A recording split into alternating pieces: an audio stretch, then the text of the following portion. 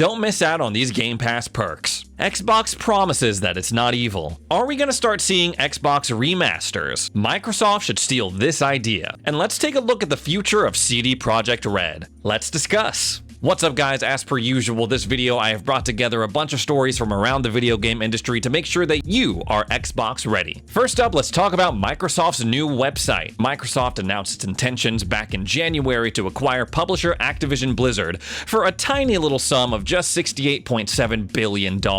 Before the deal is official, however, it has to be reviewed by a number of regulatory bodies around the world, and there's been some drama, let's be honest. PlayStation's come out and fired some shots, Xbox come out and fire some shots back. It has major implications for the video game industry. Of course, it's going to be looked at, but of course, Microsoft wants to have their say, so they put up this website to answer any questions people may have when it comes to their intentions regarding this Activision Blizzard deal. First off, let's talk about the benefits for players that they have laid out here. The first point is pretty surprising because it says more games on more devices, including Xbox, PlayStation, phones, and online. Now, phones and online, obviously, it makes sense to include in that category because they're referring to the cloud gaming aspect of Xbox, which gives you the ability to play a number of Game Pass games on any device, your phone, your tablet, your laptop, that may or may not be able to play those games internally. But obviously, I think people are surprised to see PlayStation mentioned in this specifically. I'm sure what they mean is, Xbox is just gonna make more games once they make this acquisition,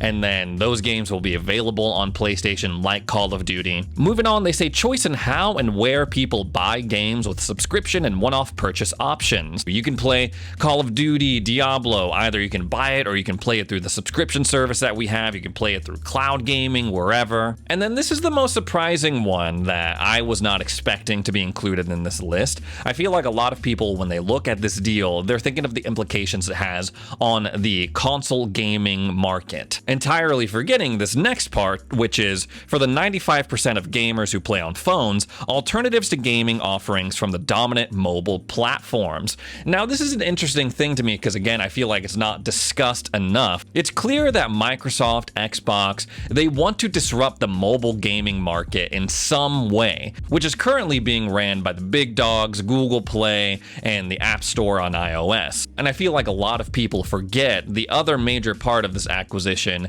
is not just Activision, not just Blizzard, but King as well, who are the makers of Candy Crush. But it's clear that's a major part of the strategy for Microsoft going forward in this deal, which is honestly kind of appealing to me. When you think about mobile games, you think of what? Candy Crush, Clash of Clans, Angry Birds. But with Xbox and mobile gaming, they're thinking, oh, you can play Halo, you can play Forza, you can play all these games on Game Pass, console-like experience in the palm of your hand. And I'm sure if you're a regulator looking at that, you're probably thinking, oh, okay, that's a pretty decent point. The mobile gaming space is dominated by literally two companies. Maybe it would be nice to have another competitor. They also have a whole section titled Benefits for Creators. I do believe that Microsoft, in certain circumstances, can be really helpful to a number of video game creators, developers.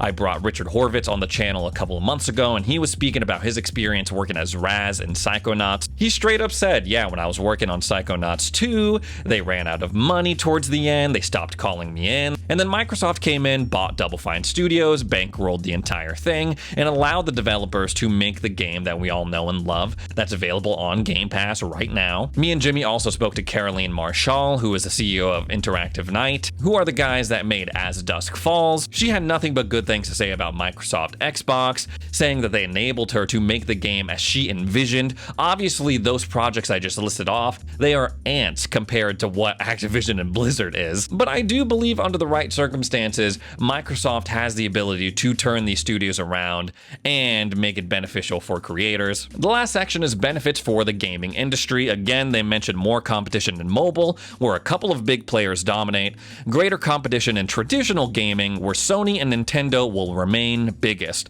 And I feel like that's a pretty important thing to highlight. Right now, Sony and Nintendo, as much as Xbox has been gaining ground this generation with the Series X and the Series S, with Game Pass and things like that. They're still very much ahead of Xbox. Nintendo specifically has proven straight up that you do not need Call of Duty at all to become the most dominant gaming platform right now. They have figured out a way to make it work and still be a successful video game company. The last thing they're going to address apparently is emphasis on positive workplace culture and increased local investment from Microsoft and studios and creative ecosystems around the world. Obviously, Activision Blizzard, they had very questionable workplace practices. I pray that's something Microsoft could turn around if this deal goes through. Next up, let's talk about remasters. Now, when Sony announced its intention to have a remake of the remaster of the original PlayStation 3 title, The Last of Us Part 1, people are asking why. Because apparently Sony has plans to remaster Horizon Zero Dawn. But I'm gonna come out and say something a little bit controversial. I feel like Xbox should make some remasters of their own. I think they have a much better excuse versus Sony because they have a ton of games from a decade plus ago that they could remaster that could make a lot of money and could be really cool to see. Some good candidates I think are Fusion Frenzy. I really think that game deserves a remaster or remake. It is like the only Mario Party-like game that you can find on Xbox. We're also forgetting that Xbox obviously owns Bethesda, and Bethesda has a ton of games from years and years ago that people would love to see.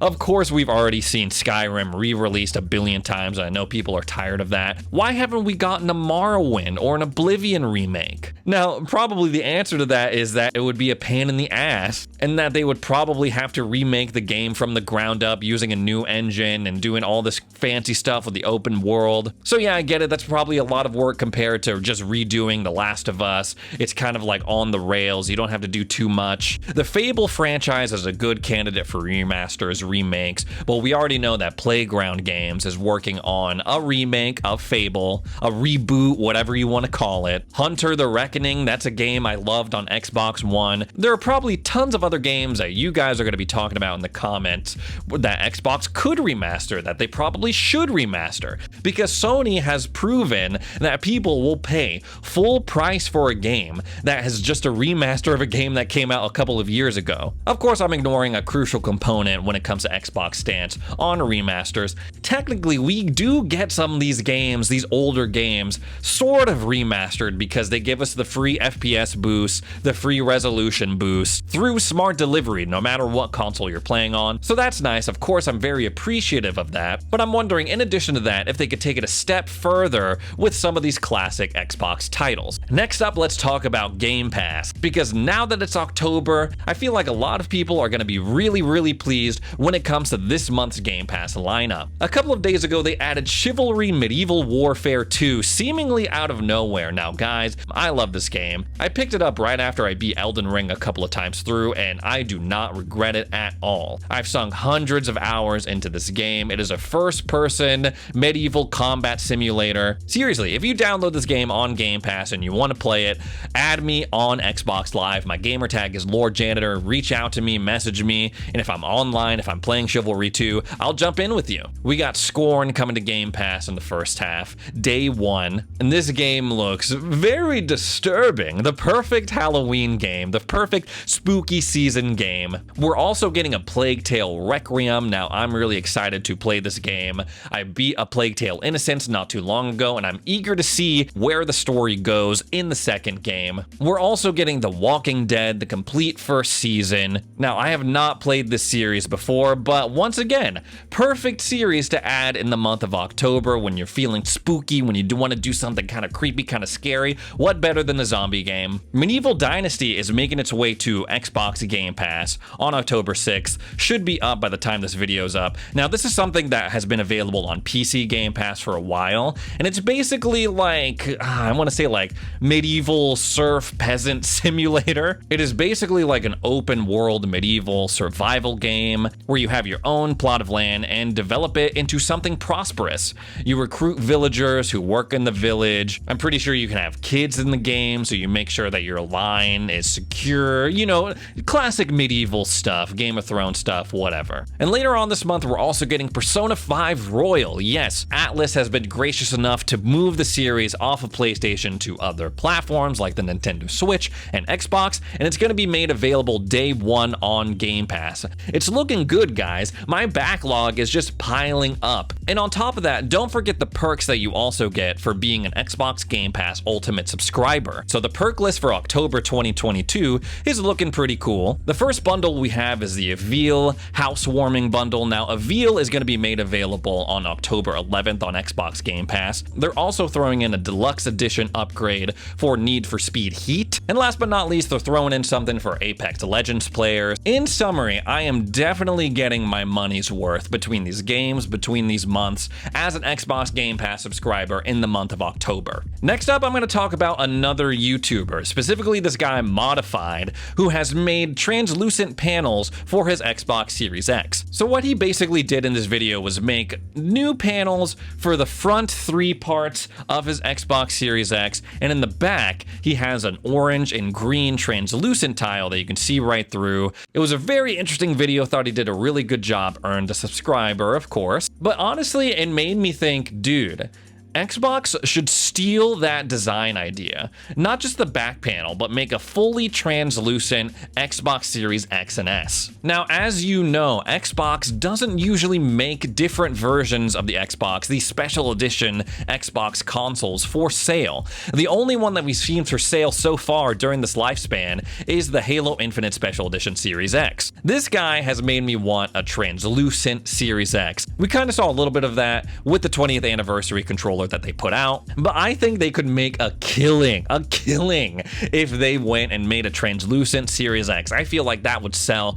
like hotcakes. I feel like they could even upcharge a little bit, $550 maybe. Actually, no, that might be a bad idea. People might be throwing a fit after they said they're not going to raise the price of the Series X. I don't know how hard it would be to put these in production. I know they're sort of struggling with Series X consoles. Maybe not. I always get conflicting information about that, but I feel like it would be really awesome to see. Maybe not for the holiday season, but maybe for the spring, summer season. Just imagine a green see-through Xbox Series X or a Series S, kind of like the one they put out years ago for the OG Xbox. It'd do numbers, baby. Next up, let's talk about the future of CD Projekt Red. CD Projekt Red are the guys behind the Witcher video game series and Cyberpunk 2077, and they just released a very interesting, very ambitious 10-year plan. In total, it looks like they're planning to put out 6 new games. Now, first of all, they didn't give really any timeline on any of these projects. The only thing they said for sure was that by the end of this year, we're going to be seeing a Witcher 3 version that runs on PlayStation 5 and Xbox Series X, a next-gen version, and we're going to be seeing the Phantom Liberty expansion for Cyberpunk 2077 in 2023. After that, they just went absolutely bonkers. The next 3 games are going to be all Witcher games. The first one is operating under the codename Sirius, and is being developed by a studio based out of Boston called the Molasses Flood, and apparently that's going to be a single and multiplayer game. I know, very interesting. There has never been a multiplayer game in the Witcher franchise, so we'll see how that goes. The next one is the codename Polaris, and this is apparently going to be the first game in the new Witcher saga, so I assume that they're going to move on, focus on another Witcher, not Geralt of Rivia. That's going to be developed by the core CD Projekt Red team. Both of those games I just talked about, Polaris and Sirius, those are already in pre-production. Next up is apparently this game codenamed Canis Majoris. I don't know, I feel like I'm casting a spell when I'm saying that. And that's allegedly a full-fledged Witcher game, but it's separate from the new saga Witcher game, Solaris.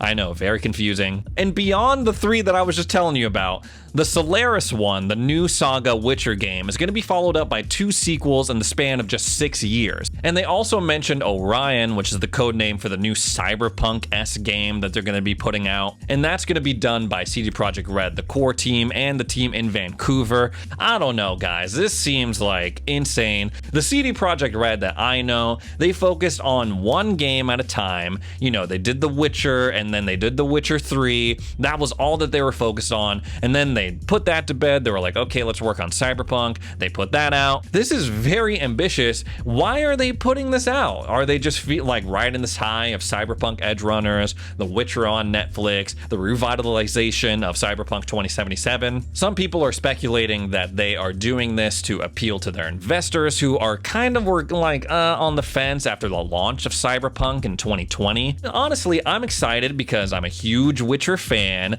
I'm starting to become a fan of Cyberpunk. But as we've seen in the past, it's not always fun when a studio says, oh, people like this one IP that we have, let's make a billion versions of that game and release them all within the span of a couple of years. If you want to get updated on CD Projekt Red or anything involving Xbox, gaming, whatever, make sure you like this video, subscribe to the channel, set your notifications to all to be alerted whenever I post a video.